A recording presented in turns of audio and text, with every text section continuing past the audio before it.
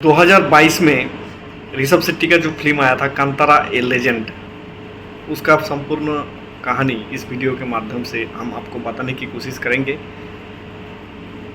Film का कहानी क्या है, कौन कौन सा एक्टर ने कैसा काम किया, लोगों को कैसा पसंद आया था, कहानी के विस्तृत विवरण इस वीडियो के माध्यम से हम देने की कोशिश करेंगे। तो देखते रहिए मेरे वीडियो को, बने रहिए अंत तक।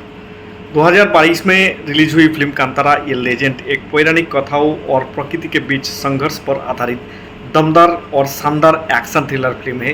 ये फिल्म अपनी धांसू कहानी, जबरदस्त एक्शन और रूटेड कल्चर के लिए जानी जाती है।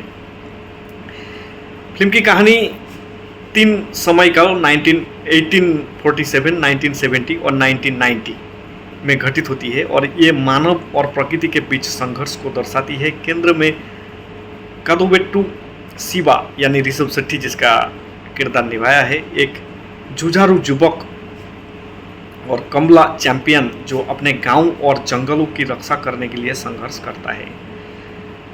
कहानी की शुरुआत एक पौराणिक वादे से होती है और अंत होता है एक दैवीय हस्तक्षेप में। फिल्म की कहानी तीन मुख्य हिस्सों में समझा जा सकता है। पौराणिक प्रस्तावना जो 1847 में ले जाती है। कहानी की शुरुआत 1847 में होती है जब एक राजा जयराम को आध्यात्मिक शांति की तलाश होती है। वो जंगल में एक देव शक्ति पंजरुली द्वारा संरक्षित एक पवित्र पत्थर पाता है। राजा गांव वाले को उनकी जमीन वापस दान करके पत्थर को अपने साथ ले जाने का सौदा करता है। पंजरुली राजा को चेतावनी देता है कि अगर कभी भी उसके वंशजों ने ये जमीन वापस लेने की कोशिश की तो पंजरुली का रुद्र रूप गुलिगा देवता उनका विनाश कर देगा। ऐसा सौदा करने के बाद 1847 में ये कहानी होती है।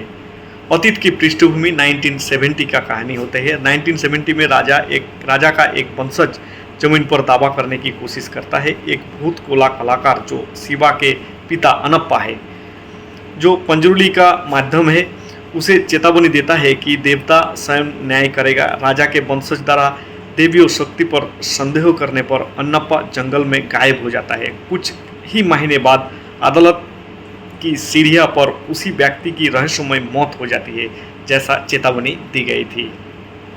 अब आते हैं मुख्य कहानी पर। 1990 में मुरली किशोर, जो किशोर जिसका किरदार निभाया है, नाम का एक ईमानदार वन अधिकारी गांव वाले को जमीन को वन रिजर्व घोषित करने की आदेश लेकर आता है।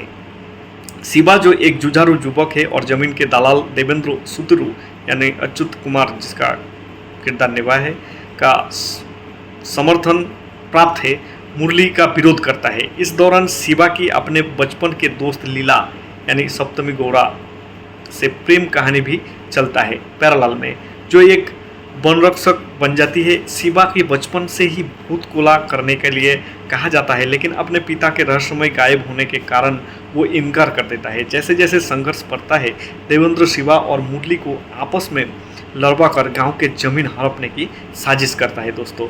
और इसी दौरान शिवा के चचेरे भाई गुरुवा की हत्या हो जाता है दोस्तों।